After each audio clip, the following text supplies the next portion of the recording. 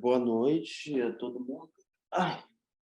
Boa noite a todo mundo. Finalmente, nós estamos no último dia disso daqui. Já era hora, né, de acabar. Bom, nós estamos na 8ª e última aula do curso Passagens da Cultura Popular, Passagens da Cultura Popular Brasileira, digamos assim.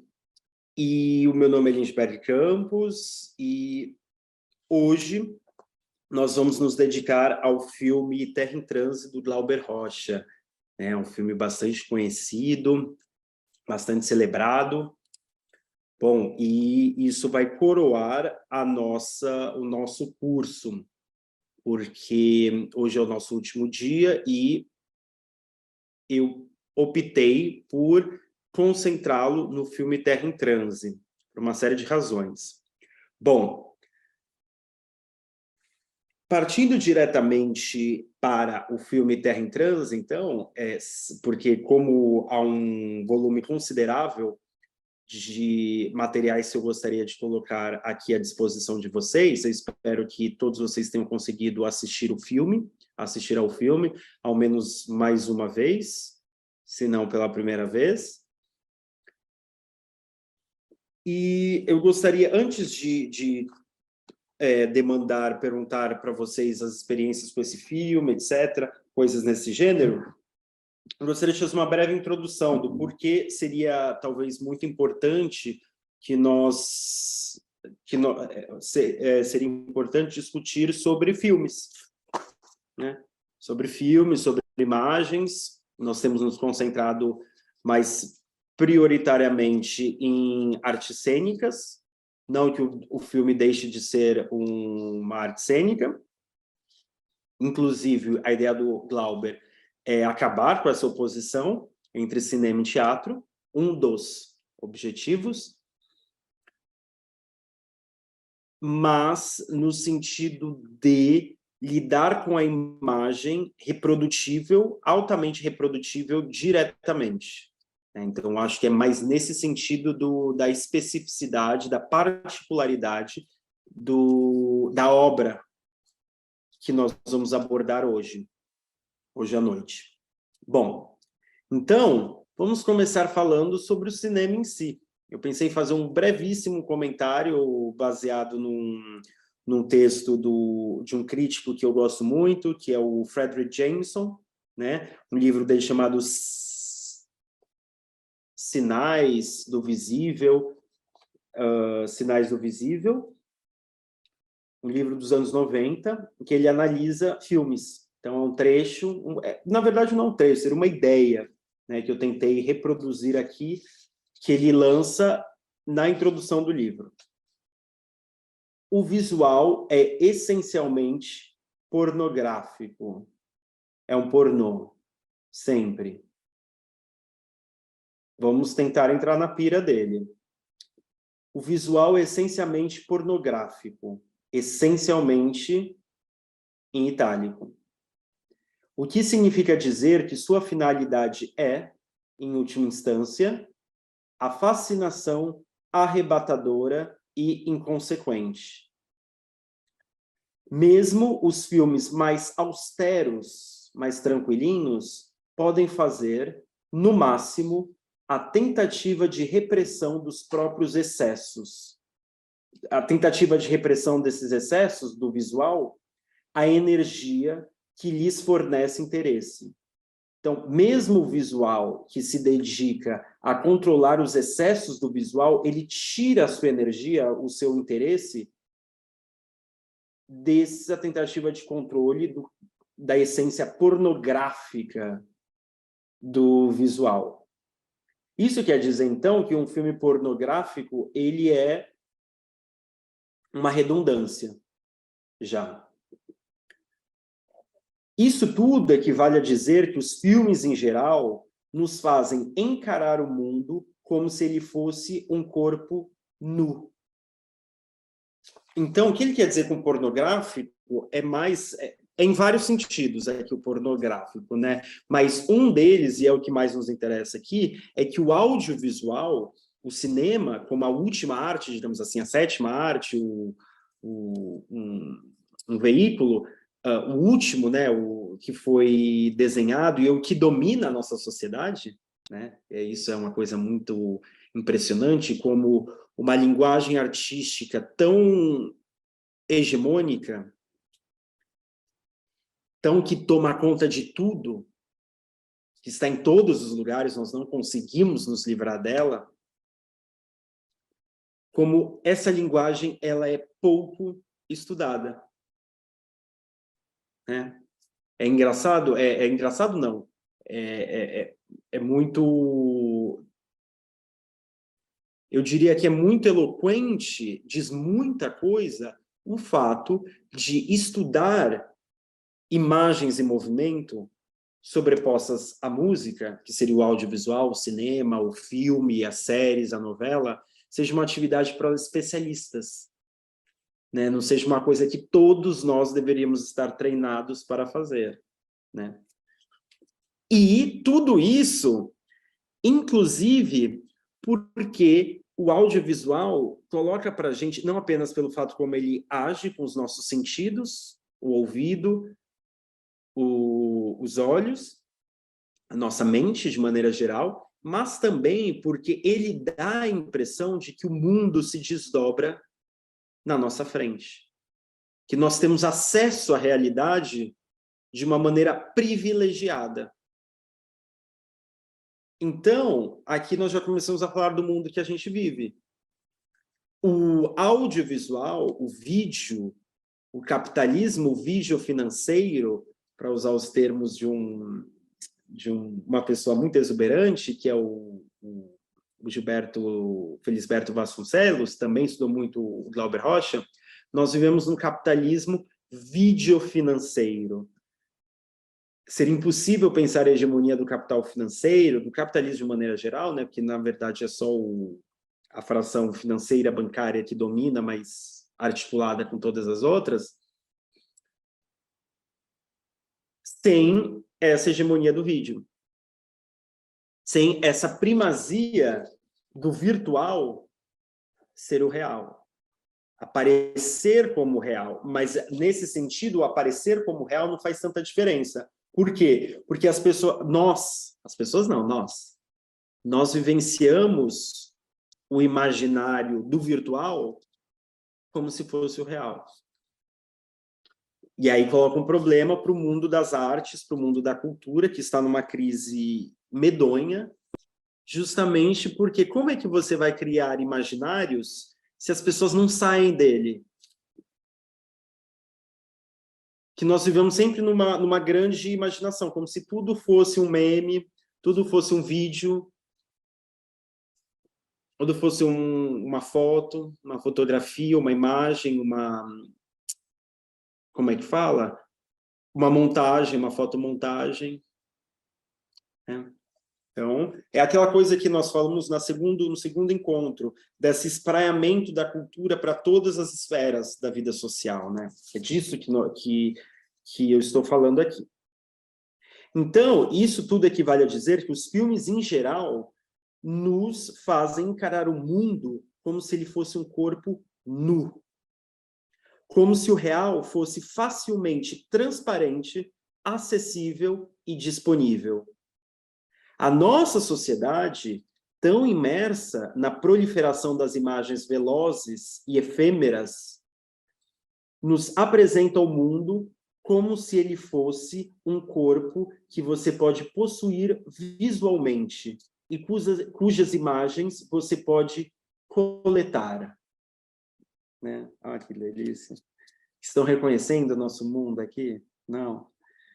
Em suma, a exterioridade é projetada como se fosse predominantemente uma coleção de produtos feitos para nós.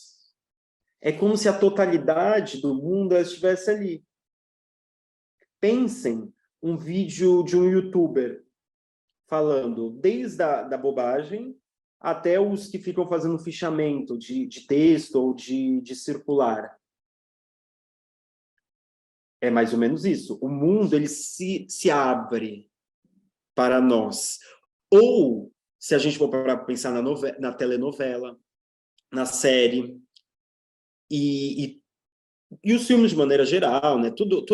Os vídeos do TikTok. A tentação, a sedução da imagem é acachapante, é avassaladora, é visceral. É como se, então, a exterioridade, o mundo, fosse projetada, ela é projetada como se fosse predominantemente uma coleção de produtos feitos para nós, ao nosso alcance. Daí a pornografia também. Assim, o nosso ponto de partida para começar a abordar o filme Terra em Transe, do Glauber Rocha, um filme brasileiro de 67, é a constatação de que filmes são uma experiência física. E aqui voltamos ao aspecto mais corpóreo, do primeiro postulado, digamos assim, da afirmação axiomática, que o visual é essencialmente pornográfico, né? Esse que é o nosso ponto de partida, né? Então, todos os filmes são uma experiência física e são lembrados como tal, armazenados em sinapses corporais que se esquivam da mente pensante.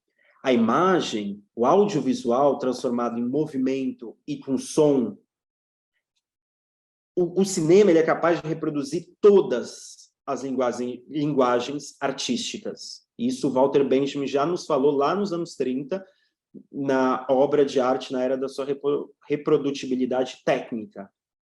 Uma das características inovadoras, revolucionárias do cinema é que ele é capaz de reproduzir todas as linguagens artísticas existentes. E nesse processo, ele cria uma experiência física tão arrebatadora e, ao mesmo tempo, inconsequente, que ele penetra no nosso corpo, ele se armazena em sinapses corporais que se esquivam da nossa consciência. Ele fica dormente. Todo e qualquer documento audiovisual, do mais medíocre ao mais elaborado, ao entrar em contato simultaneamente com a nossa visão e audição, torna-se, ora mais, ora menos,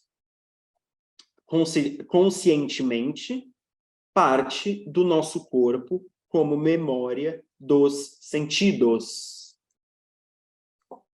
Então, é mais ou menos isso. O audiovisual, ele se torna uma experiência física através, inclusive, da memória involuntária. A memória involuntária é aquelas coisas que ficam na gente e quando a gente menos espera, elas eclodem. Ou seja, a principal linguagem do capitalismo do século XX e XXI, digamos assim, nos constituiu através da saturação de reminiscências, de memórias semiconscientes. Isso é a propaganda. Isso é a publicidade. Isso é a televisão. O conteúdo da televisão é o intervalo.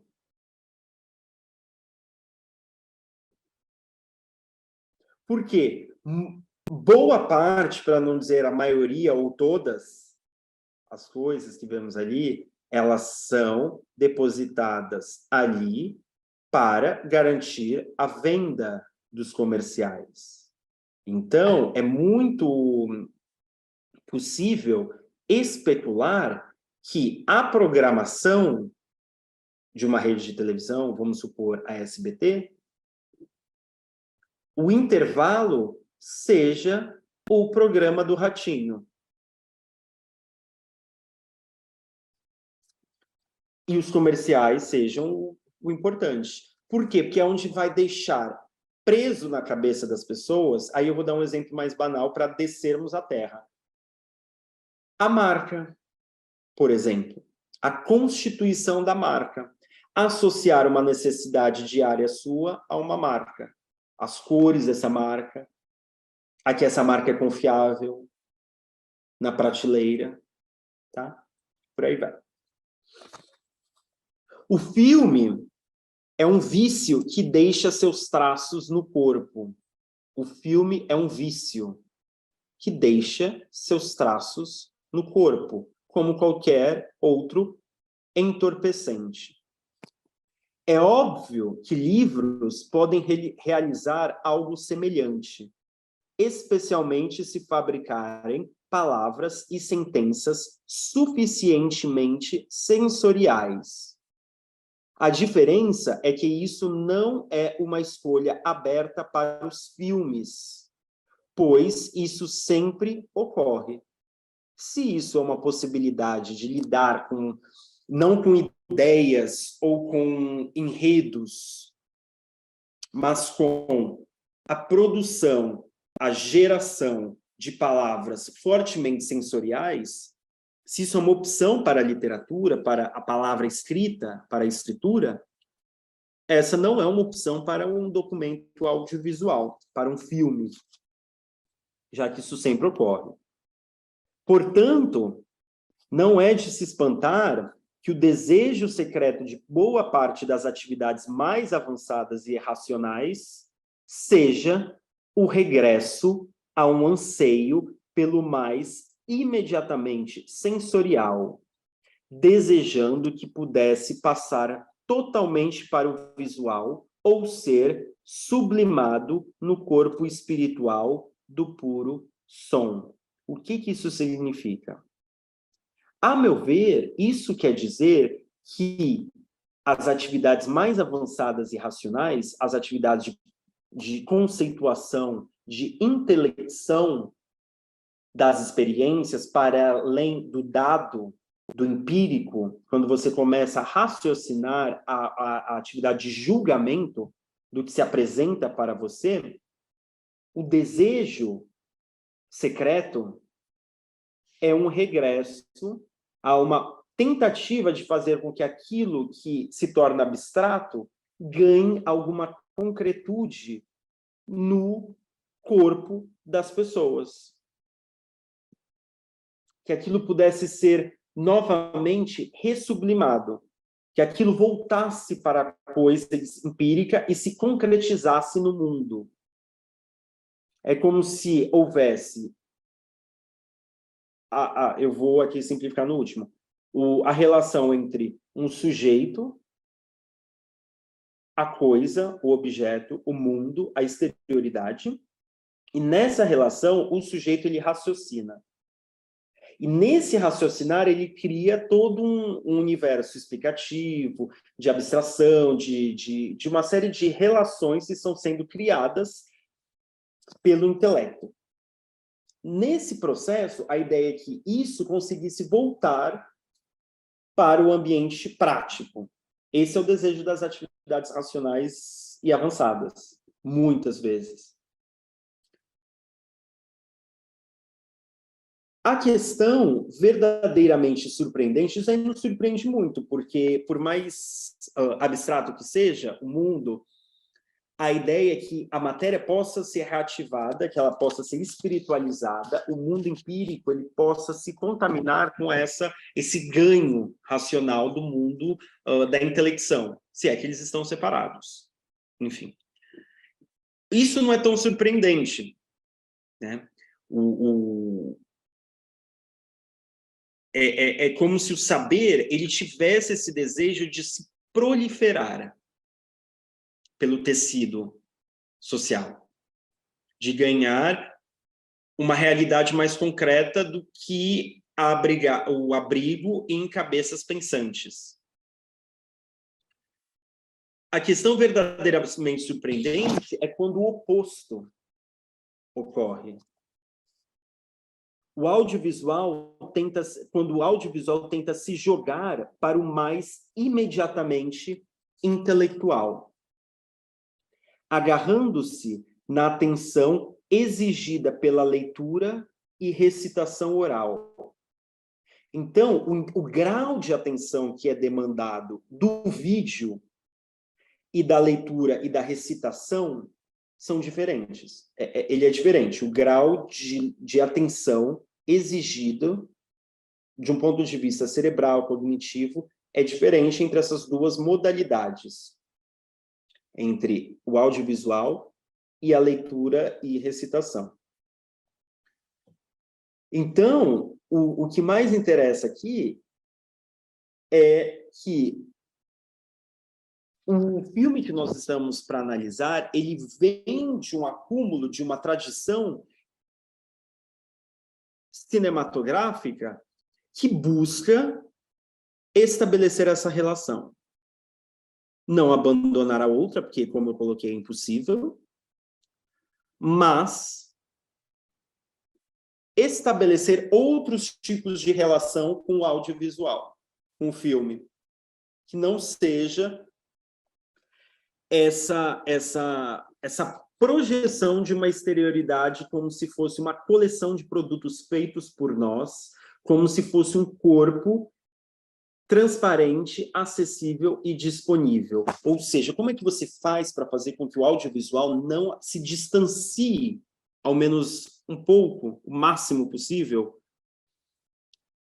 dessa característica que bloqueia o pensamento? Correto? Eu não sei se ficou claro, mas o Terra em Transe é esse esforço. E nesse momento, eu gostaria, então, de começar, feito esse brevíssimo preâmbulo para já chegar chegando, eu gostaria de perguntar para vocês, o que vem à cabeça de vocês em relação ao filme ou simplesmente em relação ao título do filme, Terra em Transe. O que vem à cabeça de vocês? Caso vocês queiram relacionar o título com a história do filme, alguma coisa que vocês entenderam sobre o filme, eu acho que também seria muito bem-vindo. Seria uma atitude muito bem-vinda. E a bola está com vocês. Alguém gostaria de fazer algum comentário, alguma coisa? Eu acho que ia ser muito bom se a gente partisse de uma intuição de vocês sobre esse título. Então, eu fico imaginando, Berg, que é algo relacionado muito a uma questão de aflição, né? Algo como se estivesse para acontecer algo grave, pelo menos assim, pelo termo, né? Em transe. E não é algo solitário, é a Terra inteira, né? Quando coloca a Terra é uma coisa coletiva, é um transe coletivo, é algo que está refletido ali numa angústia coletiva. Eu acho que partindo disso daí, é o que me chama mais a atenção, assim, pelo título e também por ter visto o filme, né? E considerando a época, né? O que estava acontecendo, né? Quase Perfeito. como e agora, José, né?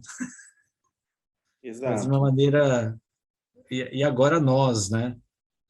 Eu acho que parte daí essa angústia está ali no âmago, né, de todas as cenas, de toda a coletividade, da forma como é encenado ali, né, e da forma como é representado o que está acontecendo.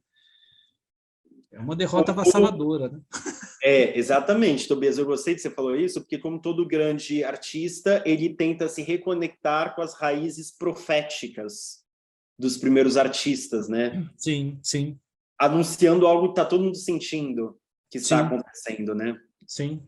E isso é o que ele faz, né? No final de contas, ali no filme, é isso que ele faz.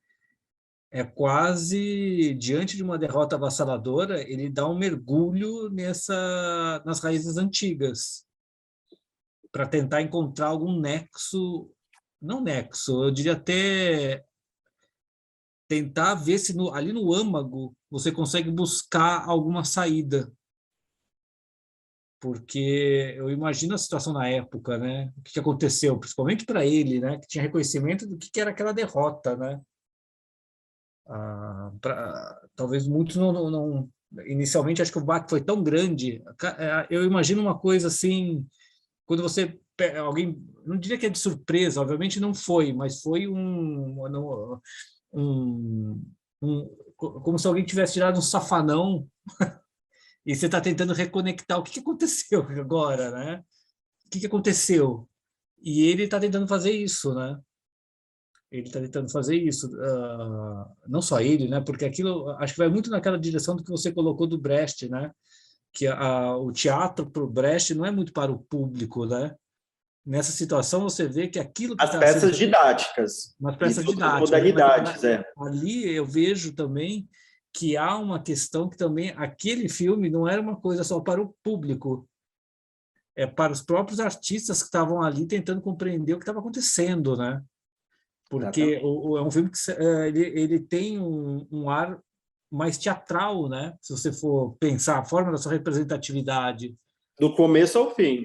É, então, Ele, através dessa teatralidade, ele tenta mostrar a artificialidade do próprio meio. É sim, exatamente claro, o que a gente está falando. A teatralidade, o jeito histriônico das personagens, como se elas estivessem no palco de teatro, é justamente para afastar as pessoas da ideia de que aquilo seja realidade. sim, Entendeu? Eu sim. achei muito interessante você colocou isso, porque é uma das coisas que fica mais notórias no filme e tem a ver com o que a gente acabou de falar. Eu acho que o Alexandre quer falar alguma coisa. Vamos lá, Alexandre. É, bom, vamos lá. A explicação, primeiramente, boa noite aí, Berg, boa noite a todo Boa mundo. noite, Alexandre. É um prazer estar aqui, estou acompanhando aí desde o início e, como eu falo para o Tobias, cada aula é uma reflexão a mais que eu nunca fiz, né? Então está muito, muito legal. E, bom, Terra em Transe, assim, eu acho que esse nome tem a ver com uma sensação que eu tive, eu acho que as pessoas devem ter também, de você ver algo que está acontecendo e que se repete e você não pode fazer nada, né? Como se você fosse um mero espectador da vida, mas você vivendo ela, né? Isso é muito causa um certo conflito, né? Interno, né? Que você vê a história se repetindo e tudo que aconteceu ali, na verdade, é um simulacro com vamos dizer assim, origem na realidade, né? Na história, né? Em tudo que aconteceu, né? E você não poder fazer nada, é como se você estivesse em transe mesmo, né? Você vendo aquilo, é como se você estivesse dormindo, sabendo que está dormindo, mas não consegue acordar, né? É uma coisa meio assim, né? E os cortes, né? O filme ele é bem assim, ele é bem nítido o corte, né? Ele não tem uma sequência que vai te levar. Ele pega aqui, depois pega aqui, depois pega aqui, e os conflitos que vai gerando. Eu fiquei muito atento a um personagem, agora eu não sei o nome dele, mas ele passa o filme inteiro em conflito, né? Porque ele faz uma coisa, depois não concorda, né? Que nem parece que teve uma passagem lá que ele agride lá um camponês que está reivindicando direitos, depois ele fica em conflito por ter feito aquilo e tal, mas o filme inteiro ele passa nisso, né?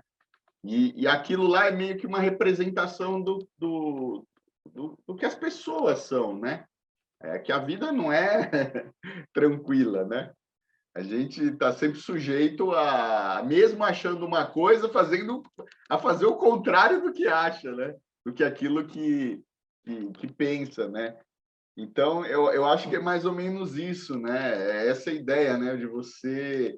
São várias coisas ali, né? Que são colocadas, mas eu acho que o principal é esse, é você ser vamos dizer assim, você entende que é necessário fazer alguma coisa, mas por alguma razão você não consegue, você fica numa situação, vamos dizer assim, de stand-by, né? Vamos dizer assim, infinito, né? Que você nunca parte para o jogo mesmo, né? Então, eu acho que é mais ou menos isso. Ah, perfeito, Alexandre. Eu gostei muito do que você acabou de falar, dessa ideia do mero espectador, da história se repetindo, do simulacro, dessa sensação de sem saída. Porque se a gente for parar para pensar, a situação que nós vivemos é mais ou menos essa, né? A sensação que a gente tem. Aí foi o Lula, veio o Bolsonaro, depois ele volta.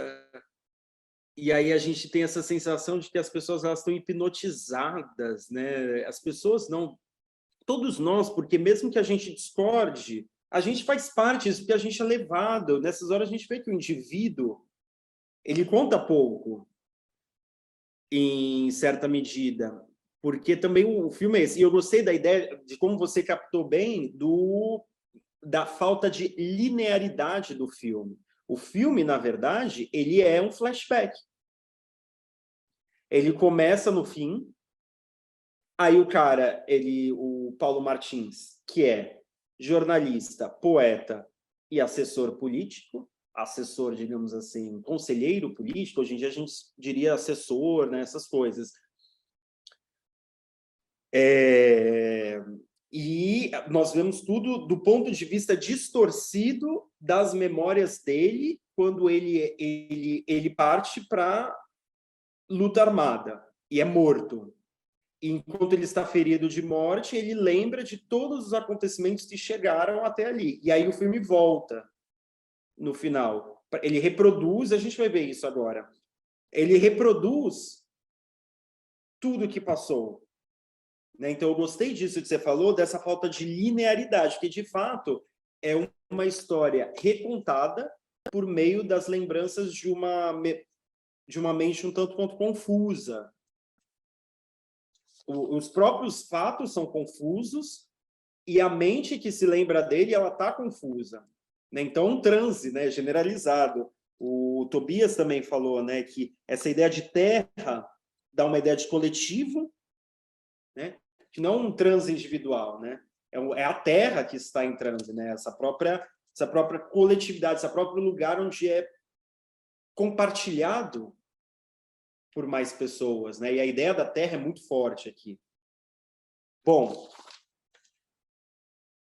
então eu gostaria de partir daí, de onde vocês falaram, que seria exatamente essa ideia da terra e do transe. Por quê? Eu gostaria de começar falando sobre o começo do Terra em Transe. O começo, bem o começo, o prólogo, porque esse romance, ó, é bem por aí. A abertura. Que a abertura, eu pensei em mostrar depois, mas vamos começar recapitulando, que eu acho que é melhor. Vamos começar recapitulando. Eu vou expor diretamente do meu computador, porque assim talvez fique menos cortado, como estava na internet. E se continuar a ficar cortado, talvez eu peça para a pessoa que está gravando ver no YouTube, porque a qualidade no YouTube também é boa. Então a gente faz esse primeiro teste, tá? Porque como é filme, é uma coisa que a gente tem que mostrar, porque senão nem dá, né? Se for sem mostrar, porque fica uma coisa... Deixa eu achar aqui, compartilhar a tela. Tá. Então, eu espero que vocês estejam conseguindo ver, né, a parte do filme. Tá todo mundo vendo? Sim. Tá. Então, vamos começar por onde começa o filme. Aqui. Tá. Pelos créditos. Aqui é um prólogo. Tá? Tá. Então, vamos começar.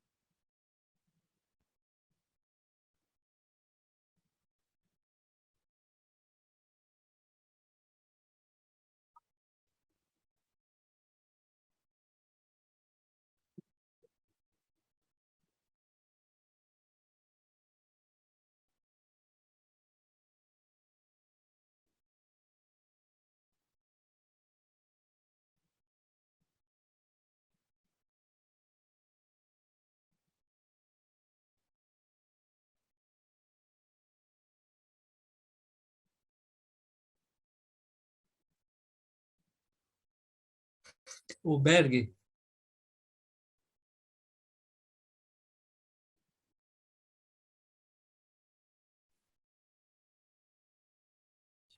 Berg,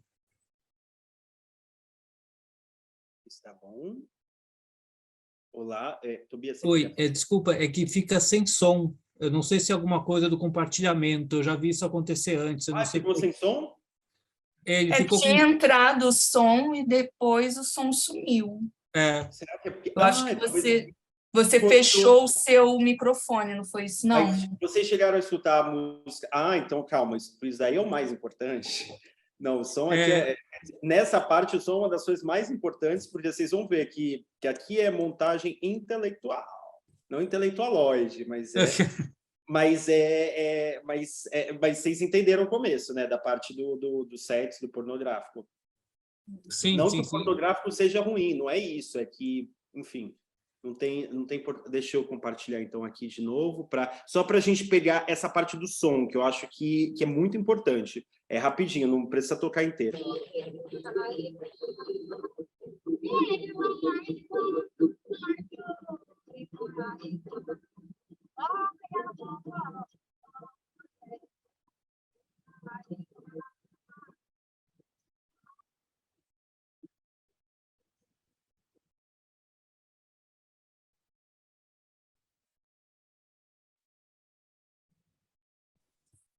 Aí o som sumiu de novo, Berg. Ficou sem o som? Ficou sem o som. Ele ficou no comecinho e depois some. Nossa, que estranho. É alguma coisa na hora de transmitir. Eu já vi isso acontecer antes. Eu não sei como é que a pessoa resolveu. Eu já vi acontecer num curso também. É alguma coisa da forma como é transmitido. Isso, tem um som e depois some. Nada substitui o presencial, nada. Mas, enfim, deu para pegar a música de Candomblé no começo, né? Ok, perfeito. Então, eu queria que vocês começassem, hoje vocês vão fazer as coisas. Me falando o que vocês viram aqui, o que aconteceu. Isso daqui é tipo um prólogo, digamos assim. Na verdade, eu poderia dizer que é um leitmotiv, mas não vamos entrar nessas especulações intelectuais. Vamos pensar nessa sequência. O que acontece? Se quiser usar os termos, para quem conhece, de câmera, pode usar. Se não quiser usar, não precisa. Eu lembro que eu tinha uma professora que falava, que a minha orientadora, aliás, ela falava assim, nas aulas dela, falava, agora é a conversa de bar. Vamos na conversa de bar primeiro, depois a gente vai para o intelectual. Tem que ter os dois, né? Talvez seja alguma coisa, sei lá, vou colocar interpretação a ideia é do essa. bar. A ideia é essa, do bar. tem que ser a interpretação É do algo mar. quase como se fosse voltemos às nossas raízes.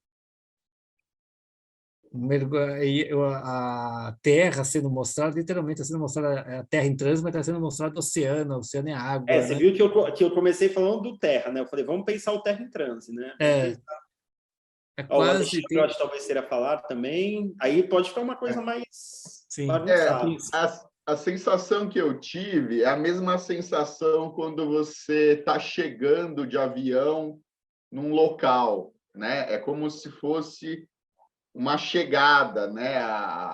O início, né? E essa música, assim, eu pensei que era até indígena, né? Porque você vê que eu não conheço nada, mas a sensação que eu tive que é, vamos dizer assim, como se fosse as trombetas, sabe? Tocando algo que vai significar um nascimento, algo assim, né? Por aí. Sim, boa. Ah, que legal. Então, uma pena que cortou, né, a música, porque ela fica tocando, né, durante um tempo significativo. Então, vamos guardar então essa sequência na nossa cabeça, essa coisa da chegada de avião, do que o Tobias falou, dessa coisa da terra. Eu acho também uma coisa interessante para se guardar. Então, essa sequência de abertura do Terra em Transe, ela pode ser lida como a continuação da sua obra imediatamente anterior, que é o Deus e Diabo na Terra do Sol, de 64. Essa tese ela foi primeiramente aventada pela Gilda de Mello e Souza, e ela defende que nessas imagens iniciais desse filme do Glauber Rocha, o Glauber ele estaria advertindo o espectador que se trata de uma meditação retomada, de uma discussão retomada, abandonando o admirável ritmo da sequência final do Deus e o Diabo na Terra do Sol, estava em ascensão, para uma coisa que está em descenso.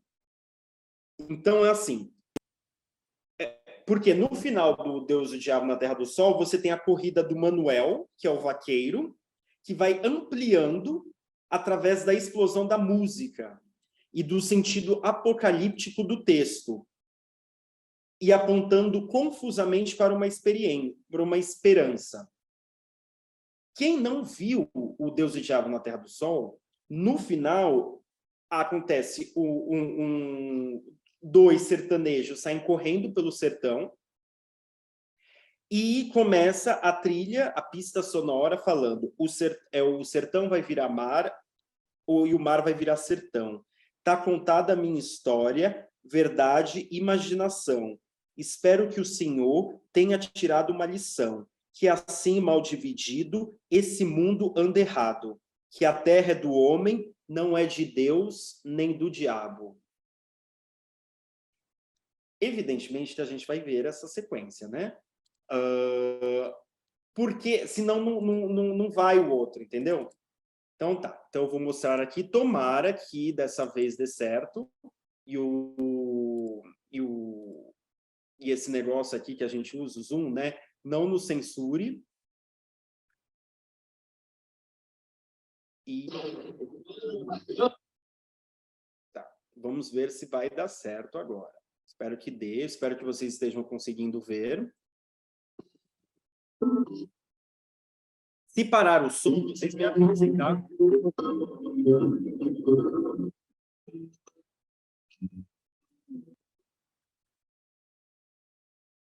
Mandou te para diabo. Uma coisa. Não blasfema, meu capitão.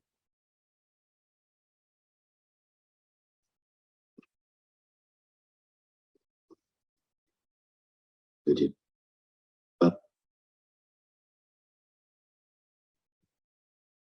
Eu não estou conseguindo acelerar mais. Gente, não dá para dar curso de cinema com esses aplicativos. Sei. Onde também posso? esse é um matador de cangaceiro, ele mata os cangaceiros e o sertanejo.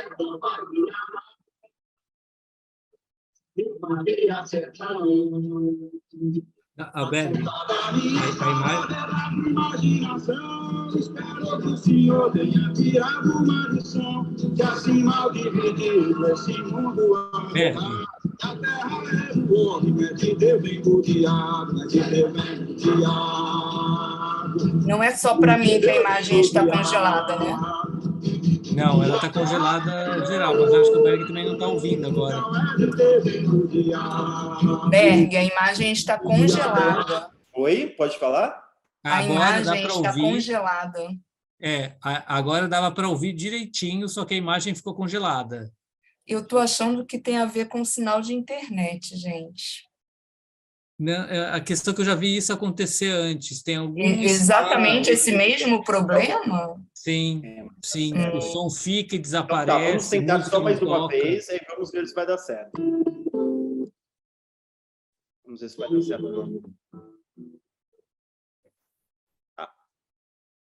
Agora estava indo até.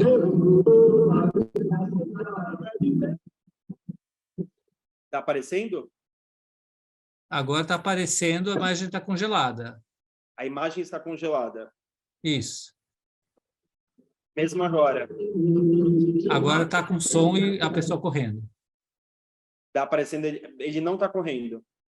Agora congelou. Está parado. Não, eu congelei porque eu apertei. Agora, então ele estava correndo e com som.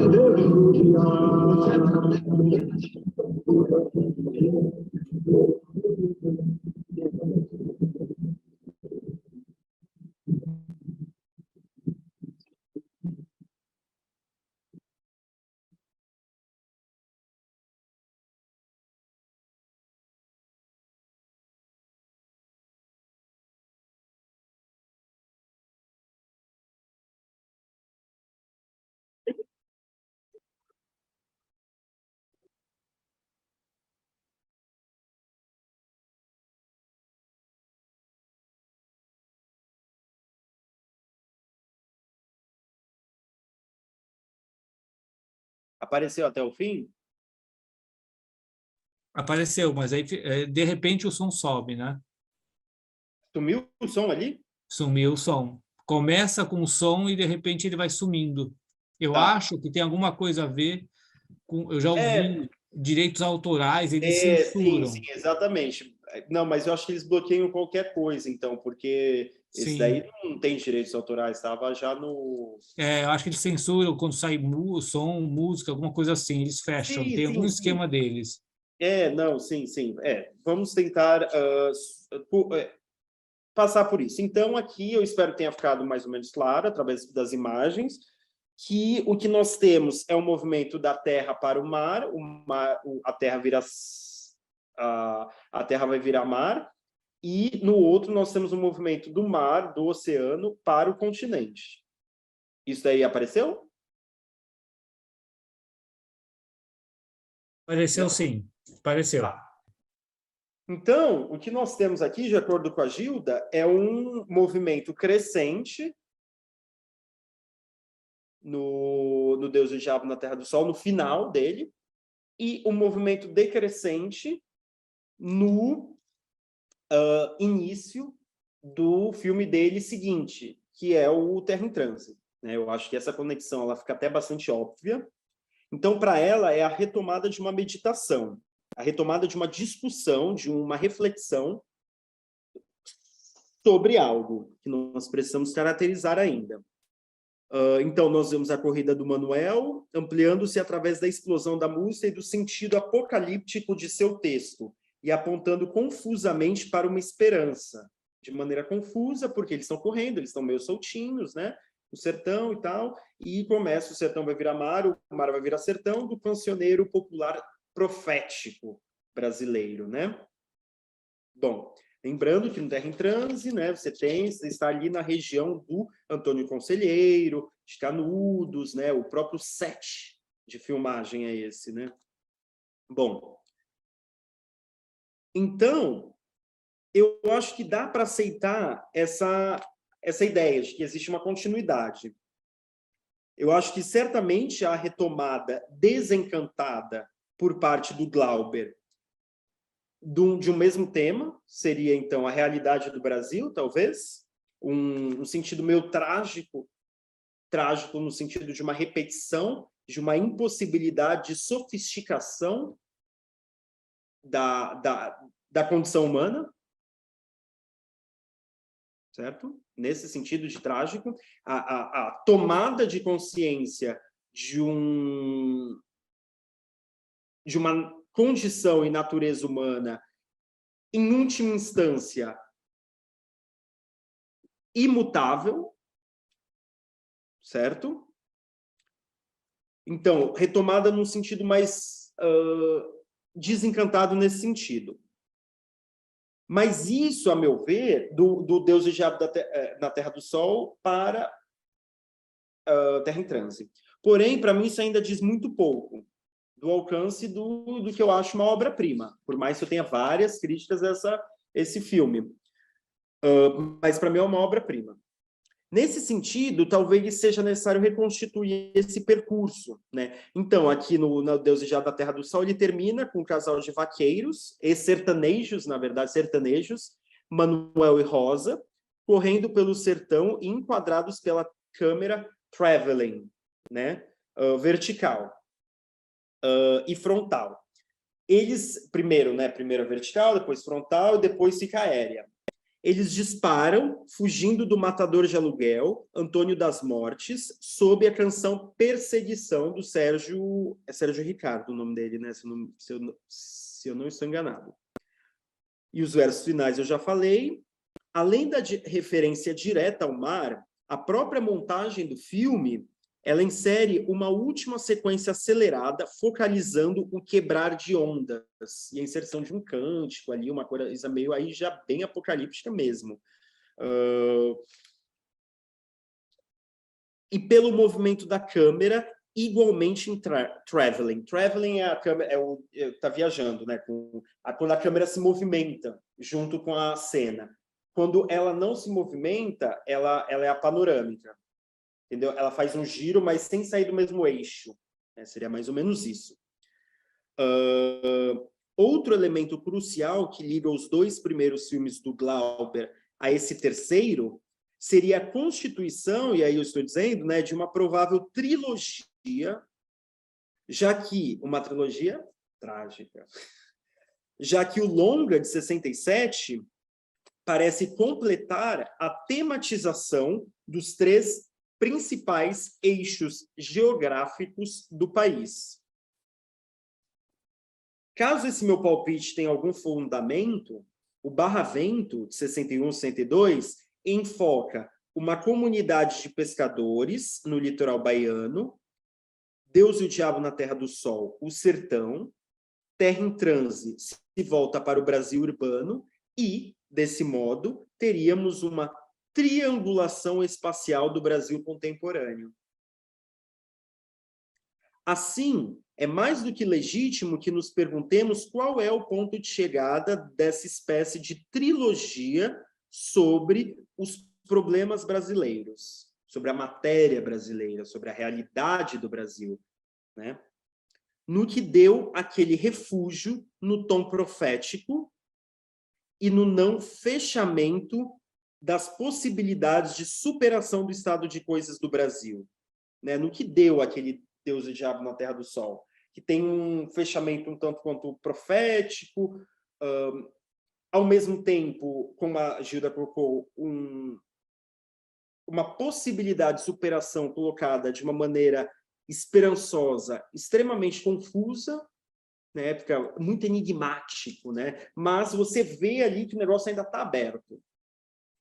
Ainda mais com a canção do Sérgio Ricardo, com todos os elementos da montagem do filme como um todo, a ideia, né, do sertão virar-mar e todas essas coisas. Bom, então no que deu isso? Nessa não fechamento das possibilidades. A montagem do filme subsequente, o Terra em Transe, sem sombra de dúvida, estreita. Existe, eu também vejo esse movimento de estreitamento das possibilidades de superação do estado de coisas do Brasil. Tem um estreitamento. Sem sombra de dúvida, isso tem a ver, isso antecipa, de alguma maneira, o ato institucional número 5 do ano seguinte, abrindo o período de acentuação e generalização da ditadura militar. Contudo, né, o que me parece ser mais decisivo no projeto do Glauber é menos os prognósticos dele, o que fica de profético, do que os seus diagnósticos, né? E é justamente o reenquadramento do lendário e mítico para a alegorização mais decididamente política que o deixa, né, mais curiosamente concreto. Então, qual é a minha questão aqui? A minha questão é que eu iria menos por essa ideia mais abstrata do encantamento, desencantamento, esperanças, menos esperanças. Eu acho que isso tem que ficar ali, bonitinho, quietinho. Eu acho que sim, tem esse movimento, mas há algo mais. Eu acho que há algo mais em jogo que nós poderíamos começar a puxar através desse reenquadramento do lendário e do mítico, porque isso está no Glauber. Isso é um dado da realidade brasileira que não tem muito como a gente fugir. Então, está sempre no Glauber, o lendário místico. Só que a minha questão é por que esse lendário e o místico eles vão para uma alegorização, ele sempre usa essa ideia da alegorização. Quando você fala uma coisa de uma determinada maneira que você poderia dizer de outra forma. É quando você pega um significante, uma palavra, uma figura, e você extrapola de sentidos. Você associa uma coisa mais geral a uma coisa mais específica de maneira, às vezes, arbitrária. É um procedimento muito poderoso, a alegoria. Vocês vão ver exatamente, esse filme é todo isso. E é engraçado que ele vai... Porque, se nós pararmos para pensar, o Barravento e o Deus e o Diabo na Terra do Sol, eles são muito mais, digamos assim, eles são alegóricos também, há esse elemento, mas aqui há uma radicalização desse procedimento, ao meu ver. E o mais engraçado, o mais curioso, interessante, talvez seja que esse processo de alegorização, que poderia cair numa abstração maior, é quando ele se torna mais político e mais próximo do movimento histórico, do político especificamente, mais do dia. E, para mim, isso é muito interessante. Há, sem dúvida, um sentido de reversão, pois o plano aéreo, dessa vez, está bem mais lento e sobrevoa do mar para o continente, trazendo ao espectador a imagem de uma praia, e logo imediatamente a de uma mata de aparência virgem. A essa sequência deve-se somar a pista sonora, que eu estava falando para vocês que é essencial aqui, que é um tipo de canto, aí eu fui atrás, né? Há pessoas que já analisaram isso e tal, e eu encontrei a referência, é um canto, o que eles chamam de canto responsorial. Então, é um tipo de canto coletivo que tem na capoeira também, que é assim, é do candomblé, e ele é mais ou menos assim. É um canto coletivo, onde uma voz, muitas vezes um solista, interpela, se comunica com outras vozes. Trata-se de uma voz entrando com o tema inicial, seguida por uma resposta das outras, geralmente em imitação variada. É comum chamar isso de um jogo musical de perguntas e respostas. É bastante simples e repetitivo. Eu, a, eu, a, eu, a, eu, a, eu, a. Ai, eu, ai, eu, ai, eu, a, eu, a. É isso, fica... Então, e é acompanhado de um batuque. Então, nós estamos escutando, né, um cântico religioso afro-brasileiro chamado Euá, que é encontrável no LP, produzido por Salomão Ciliar, eu acho, em 61, intitulado Música Religiosa Afro-Brasileira, Candomblé, Documentos Folclóricos, série 3. Está no YouTube, para quem quiser escutar. Tem um CD inteiro, então é bem interessante. Bom, o que mais importa aqui, a meu ver, é que a origem afro-brasileira do material e o seu efeito estético de indução ao transe não deixa de ser isso, né? Uma roda de samba, uma roda de capoeira. Então, o que interessa é que esse material, essa música que é colocada, é uma indução ao transe em relação ao restante do filme.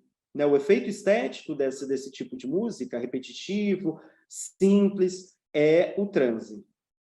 A abertura de um filme sobre o Brasil que mostra a chegada do olhar do oceano a um país sul-americano fictício, chamado de Eldorado, pode com certeza ser lida como a figuração fílmica da chegada de europeus ao continente, o que marcou o início, o começo, a origem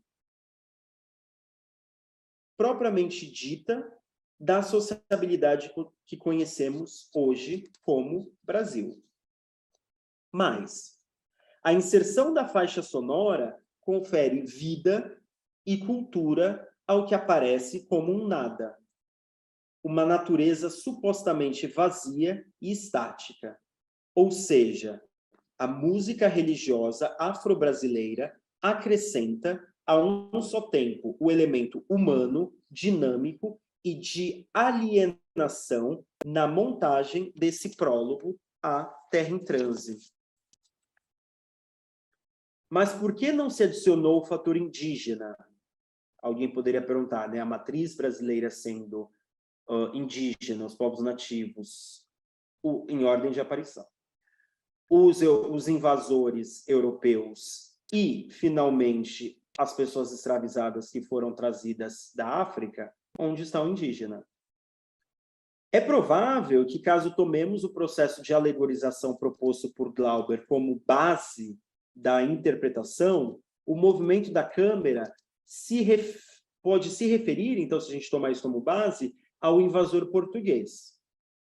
Ou seja, quem vem de fora do quadro, pelo oceano, e quem tem estado com a palavra. A praia e a mata nativa seria uma referência aos povos originários. E a música dos africanos, compondo assim as três matizes do povo brasileiro. Os invisibilizados, né? Os indígenas, os índios. Né? Então, deixa eu brevemente mostrar aqui, para ficar também registrado. Compartilhar tela aqui. Bom, eu espero que vocês estejam conseguindo ver. Caso vocês não estejam, me avisem. Então, Terra em Transe, o filme aparece aqui. Temos o mar, o título do filme. E aí a câmera vai indo, né, sob o som dessa trilha sonora, essa pista sonora. A praia, o continente, né, indo e vai indo. E é exatamente o que nós acabamos de ver, correto? Exatamente essa montagem é um plano sequência aéreo, que vai realizando isso. Todavia, essa cena inicial é somente um prólogo. É parte da moldura desse filme. Esse prólogo vai voltar depois. E a música também. Tanto a música quanto o prólogo, então, vão atuar no filme. Porque vão voltar como leitmotiv, quase, como um motivo que volta. Por exemplo, essa música, e aí vocês entenderem que a associação com a alienação, com transe, de uma maneira muito sofisticada e muito complexa aqui, que nós poderíamos desdobrar as consequências políticas disso, dá confusão, né? Mas esse filme não foi para ser o Bacurau, essa que é a questão. Enfim, voltando aqui, para não fugir, não perder o fio da meada. Berg, só uma... Desculpa interromper. Deixa eu só terminar isso, porque senão eu vou esquecer, Eu acho que agora eu já esqueci, já foi. eu estava tentando não perder o fio da meada, mas a questão, então, é que essa música, ela volta, e ela volta num momento de comício de um líder, digamos assim, na falta de uma palavra melhor, populista com o povo. É quando ela volta mais na frente no filme. Bom, Tobias, você queria falar alguma coisa? Não, é só interessante essa colocação que você colocou, que você destacou. E não sei, essa introdução não seria algo no estilo Os Sertões, Euclides da Cunha? Vamos apresentar a Terra primeiro e depois vamos para a história. A Terra como parte da história, na verdade, que ele faz na sua obra, né, Os Sertões. A primeira parte é a Terra, né, onde ele a descreve. No caso em questão, antes da história dos conflitos ali, ele descreve e apresenta a Terra. Ali, no caso, o relevo, né, o mar, e vai indo para a história. Não sei, é uma viagem. Exatamente. Esse é um dos materiais. Essa é uma das referências diretas do Glauber. Com certeza. Tanto é que o Deus e o Diabo na Terra do Sol, que é uma transposição, em muitos sentidos, do livro do Euclides da Cunha, Os Sertões, começa também com uma aérea do sertão. Então, com certeza, essa é uma referência. Com certeza. Bom, e aqui, então, vamos continuando aqui. Eu vou tentar mostrar mais um trecho do filme, espero que dê certo. Será que se eu mostrar no YouTube vai melhor? Talvez num corte? Talvez num corte? Então, se cortar, vocês me avisem, tá? Tá bom.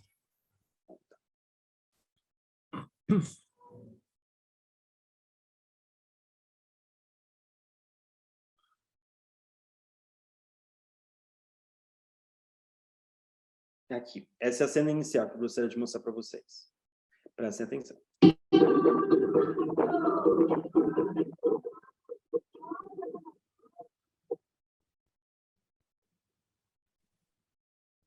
Já cortou, Berg. Oi, fale. Ele dá 3 segundos, 4, ele corta o som. Tá. Então, vamos Você tentar. consegue pelo YouTube? Vamos tentar só no... Isso, eu vou fazer isso. Só uma questão no... Tá. Tá. Vamos...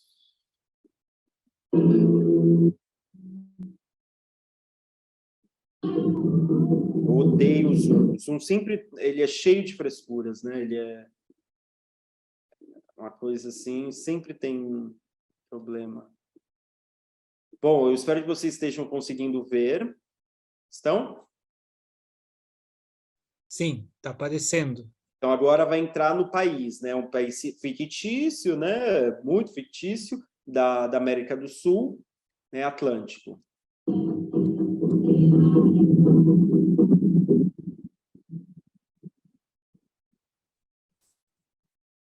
Já sumiu o som também. É o Zoom. Então, gente, vamos fazer assim. Eu não vou mostrar as cenas, o que é uma perda, ok? Não vou mostrar as cenas, o que é uma perda, mas não tem problema, tá? Como algumas pessoas assistiram, quem não assistiu pode ver esse vídeo e depois ver o filme, tá? Então, tá. Então, passado esse prólogo, né, da câmera aérea, o que ocorre uma ruptura, como a gente acabou de ver, né? Tem ali a imagem e tem um corte. É o primeiro corte do filme e já corta para uma coisa muito... É como se a gente fosse de cima para baixo, do macro para o micro, né? Ocorre uma ruptura do ponto de vista do plano e da pista sonora, né? A pista sonora muda bruscamente, a câmera se aproxima do chão e emerge uma faixa instrumental enérgica, pautada pelos pratos de uma bateria e que soa como uma marcha militar. Observamos a chegada do herói, o poeta, jornalista e conselheiro político Paulo Martins, ao palácio do governador da província de Alecrim, chamado Felipe Vieira. Paulo Martins está armado e decidido a ir até as últimas consequências para fazer suas convicções prevalecerem. Porém, um desespero logo se apodera dele ao perceber que seu líder não está disposto a resistir e lutar. Nessa sequência, repleta de interpolações em uma montagem cujo ritmo frenético vai diminuindo aos poucos, vemos a armação de uma verdadeira cena teatral para representar a conflagração, a crise política pela qual passa o país fictício sul-americano chamado Eldorado. Sem obter sucesso, Paulo rompe com a via institucional coletiva e opta pelo individualismo da luta armada.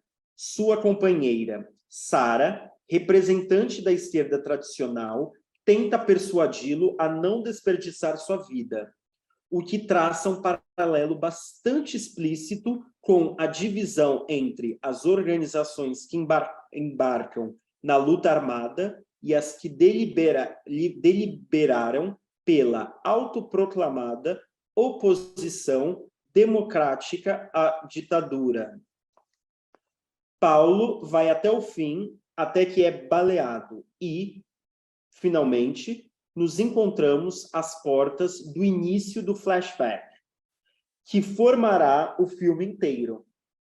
Ele está sozinho, cercado por dunas, e em meio a uma luz intensa, um clima um tanto quanto onírico, sugerindo a situação limiar entre a vida e a morte, e na qual ele vai recordar o que ocorreu para que chegasse até aquela condição, procurando tirar alguma lição daquela experiência de revolta malograda. Então, eu, como sou uma pessoa muito precavida, eu tenho os print screens. Vocês estão conseguindo ver? Sim? Não? Olá? Sim. Não? Tá.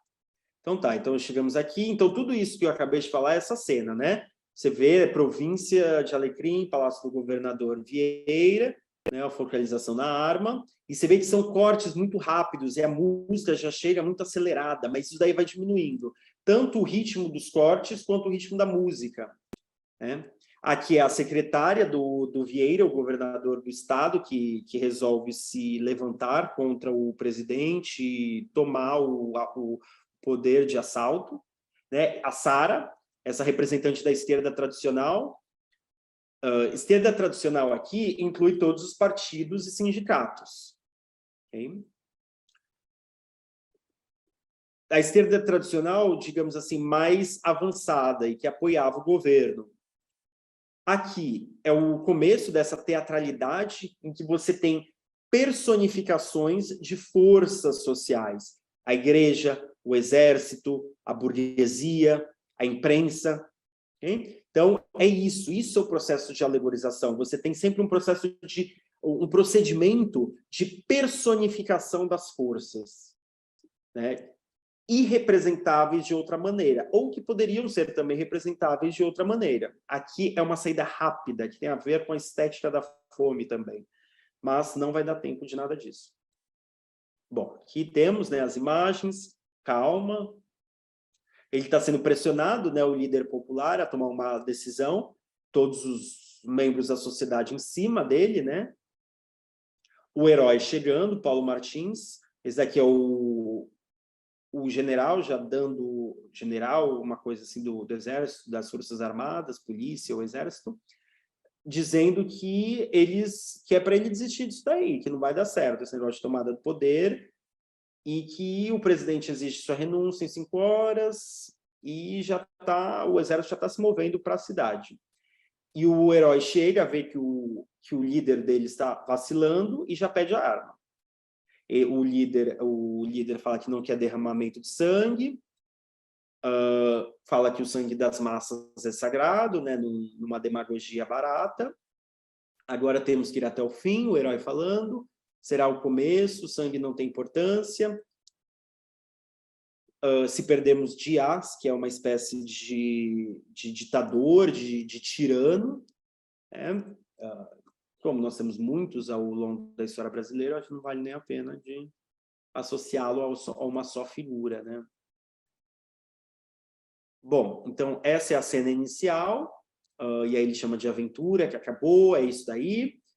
Então tá, então ele decidiu, aí o filme focaliza, né, os rostos de todos esses agentes envolvidos nesse processo político, né, a esquerda, o empresário, a igreja franciscana, né, franciscano sublinha isso, né, com trajes, né, das ordens mais mendicantes da igreja, a esquerda tradicional trabalhando como porta-voz, como secretária, né, e estupefata, né, desolada, né, a cara do PSOL, né, olhando assim o PT, uma coisa. Eu falei que não ia fazer isso, já estou fazendo, né? Mas enfim, isso é alegoria, né, gente? Dá para fazer com tudo. A contradição das forças que regem a nossa vida, vai falando, né? E aí ele e você vê que é tudo teatralizado. Eles vão sobrepondo a palavra. Ele fala uma coisa, o Paulo Martins fala em cima, e eles vão fazendo uma teatralidade, um jogo de cena dentro do filme, né? E a terra, né, ali, né, você vê que não há nenhuma preocupação em ilusionismo, você vê que o próprio cenário não foi arrumado. Eles fazem cenas em teatro, por exemplo, no Teatro Municipal do Rio, no Teatro do Rio, que não foram preparados exatamente para fazer aquilo que eles estão fazendo, que é só algo para acrescentar uma camada de significado no filme. Então tá. Então aqui é o momento que eles saem de carro, né, desistem dessa política institucional, e ele, como intelectual, poeta e conselheiro político, ele quer ir para a luta, ele vai romper e vai para a luta armada, e aqui ele encerra essa virada numa toada, mas também sempre, né, muito alegórica, né, tem uma barreira policial, precisamos resistir, e eu preciso cantar, né, eu preciso cantar, e ele vai para cima da polícia, né, tem esse jogo com o western americano, né, o Bonnie and Clyde, né, dos fugitivos da lei, os fora da lei. É muito importante a saída dos bandidos, dos fora da lei, aqui, o Hobsbawm tem toda uma discussão, o Michel Louvi também, muito interessante, vindo lá desde o Engels, né? Não é mais possível essa festa de medalhas, este feliz aparato da glória, essa esperança dourada nos planaltos, né? Não é mais possível isso, essa esperança dourada nos planaltos. Você viu que ele foi aqui para o lírico. Não há um diálogo naturalista aqui, uma cena realista comovente de dois lutadores da guerrilha se sacrificando. Não, ele foi para o lírico. E agora vocês já sabem o que é lírico, né? Não existe um diálogo com a intenção de comunicar, mas de soltar frases impactantes, muito significativas, muito sugestivas, em relação à política. Você vê que aqui todos esses elementos, o lírico, o processo de alegorização, todos são subordinados a uma caracterização, um diagnóstico político da situação política brasileira. Não é mais possível esta marcha de bandeiras, com guerra e Cristo na mesma posição. Assim não é possível a ingenuidade da fé, a impotência da fé. E aí aqui já corta para o momento inicial e final do filme, que é quando ele está nesse limiar, nessa coisa mais sublime, em que ele está nesse eixo entre a vida e a morte, onde, de fato, começa o filme. O filme é um flashback produzido a partir dessa cena, né, nesse limiar. E aí ele já vai começando pensando na ascensão do Porfírio Dias, o meu Deus de juventude, né? O Deus dele de juventude seguiu o caminho do Mussolini, mais ou menos, né? não por acaso, está com a bandeira negra, né? E com a bandeira da cruz. Então, ele vai pensando que o líder de juventude dele se transformou no tirano, né? Que é o Dias. Ele começa trabalhando com o Dias e rompe com o Dias quando ele percebe que o Dias ele quer fazer o serviço que é necessário para garantir a dominação. Né? Que o povo é a primeira coisa que tem que ser rifado, né? Esse negócio de revolução aí passou. Bom, mas antes da gente ir por aí, só queria ficar nesse detalhe no poema que é colocado no filme. Né? O poema é colocado um poema no filme, e aqui faz-se importante mencionar, então, que na própria estrutura narrativa, em forma de flashback, a moldura do conteúdo fílmico é ainda mais complexa, né? A forma, né? Pois também envolve as cenas que seguem imediatamente até o início das lembranças entrecortadas e muitas vezes delirantes da protagonista Paulo Martins, bem como a retomada daquele fio da meada após a reconstituição dos acontecimentos no desenrolar do longa. Então, essa cena nas dunas, dessa luz intensa, volta no final, que é quando é retomado para essa parte. Então, há um começo aqui, começa um flashback, no final do filme retorna para cá e o filme acaba. O que quero dizer é que, além do prólogo com a câmera aérea, temos uma sequência inicial que, na verdade, é um ponto bastante avançado na história, né, em termos estritamente cronológicos, já que o ultimato das forças da ordem e a consequente o intimato das forças da ordem e a consequente desistência do líder populista, o Felipe Vieira, acontecem após os eventos expostos no filme e bem pouco antes do coroamento do Porfírio Dias, né? Sob os auspícios da imprensa, da igreja e da burguesia ditas progressistas. Né? Nesse filme, uma das personificações mais importantes é um industrial, progressista, né? Que seria essa classe social que daria lastro aos programas nacional desenvolvimentistas, né, brasileiros. Né? E na hora do vamos ver, ele adere ao Porfírio Dias. Né? Ou seja, o filme é todo montado desde a perspectiva da memória confusa do jornalista, poeta e guerrilheiro Paulo Martins. Eu escrevi Martins aqui. Martins. Ele inicia em um momento dramático da história política de Eldorado, recua até instantes que disparam toda uma série de acontecimentos anteriores, alcança aquele presente e avança até o entronamento, né, a chegada ao trono do déspota, que passará a tiranizar o país latino-americano fictício. Essa estrutura, né, não linear tece toda uma conexão com a dimensão conceitual da palavra transe do título, na medida em que também vemos a visão retrospectiva do Paulo perante o desmanchar de um conjunto de ilusões cultivadas por ele. É como se ele tivesse, na hora da morte, o relampejo ofuscante nessa luz estourada de uma iluminação a respeito de sua vida exatamente na hora de sua morte. E esta revelação desfaz aquelas esperanças, né, no projeto populista, do nacional desenvolvimentista, como miragens.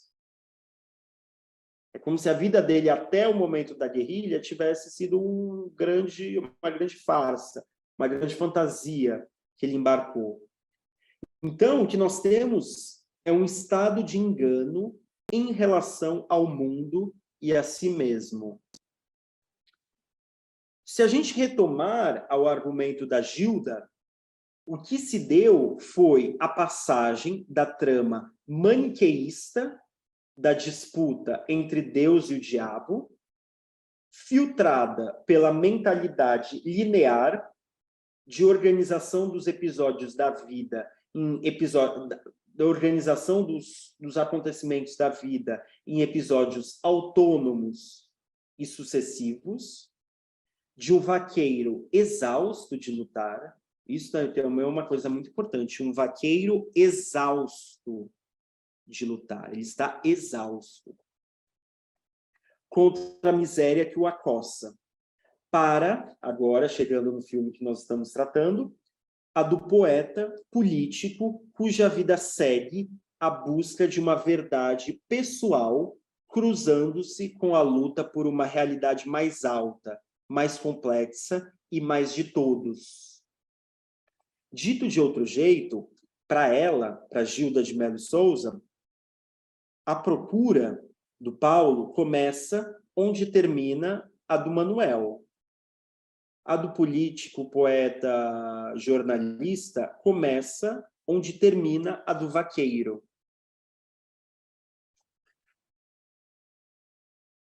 Deixando subjacente que haveria certa progressão, já que aquela consciência mais rudimentar, embrutecida, alienada e facilmente manipulada, se sobreporia uma espécie de tentativa de elevação da realidade ao conceito, ou de realização da arte na vida. Todas as falas do Paulo Martins, elas sempre são muito elaboradas, há uma eloquência que é muito importante de localizá-la. Aqui a gente só vai identificá-la, mas de localizá-la e analisá-la, mas não vamos fazer isso.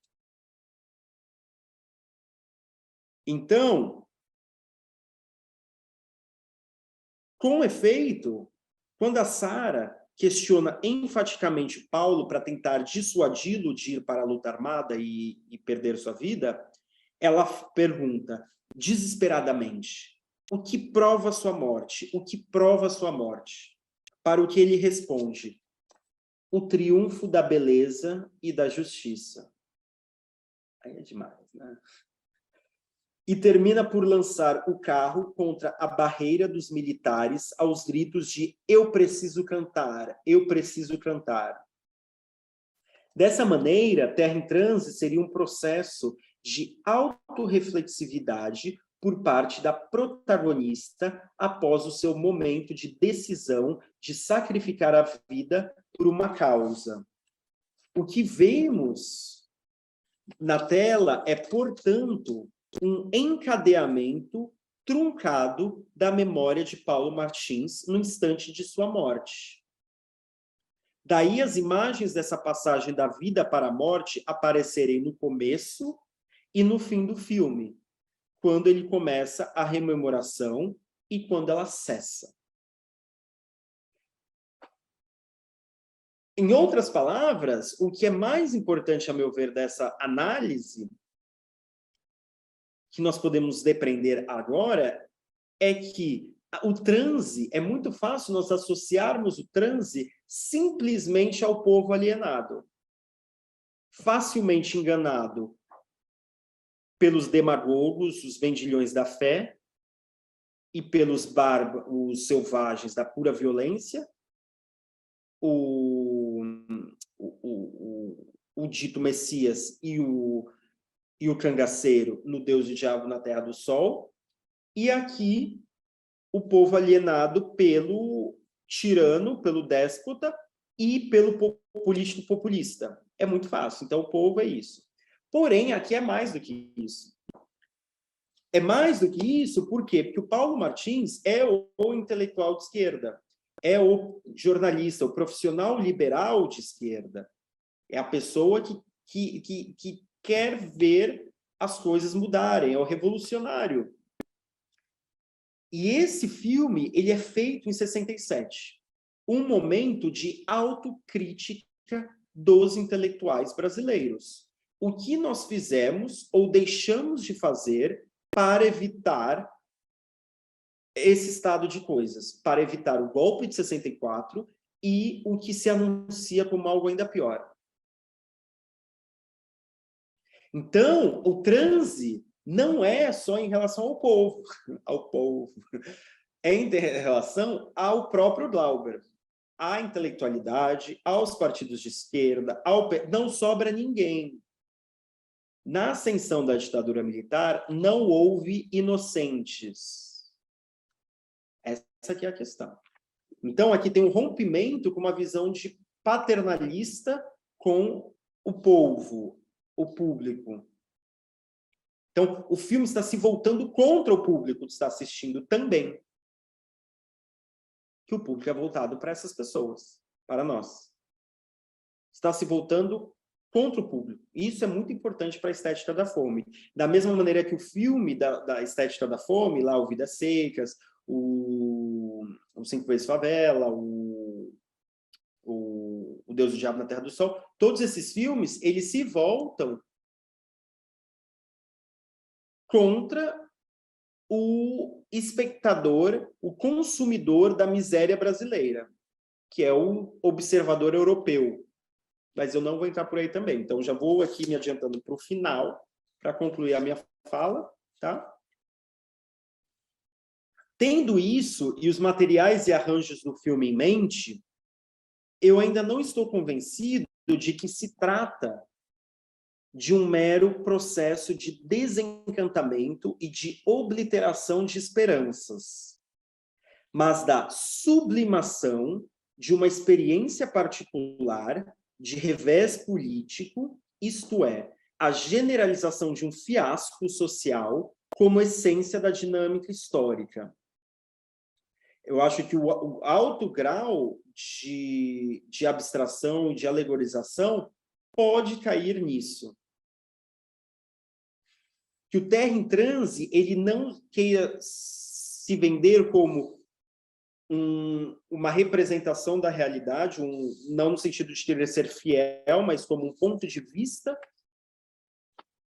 como um foco narrativo da realidade que foi vivenciada pelo diretor, pelo autor, pela pessoa responsável pela montagem do filme.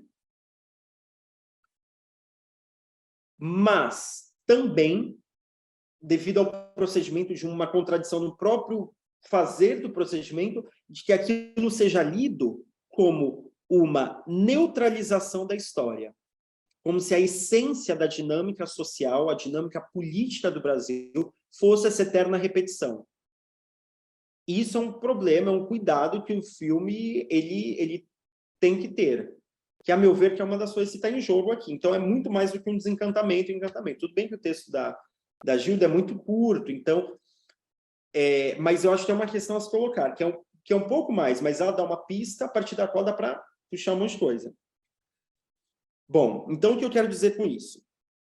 Embora a alegorização seja um recurso poderoso para possibilitar a representabilidade de realidades mais amplas e complexas, o preço que se paga pela simbolização em demasia é a inespecificidade que resvala, em última instância, em uma neutralização da história e do alcance das lutas populares.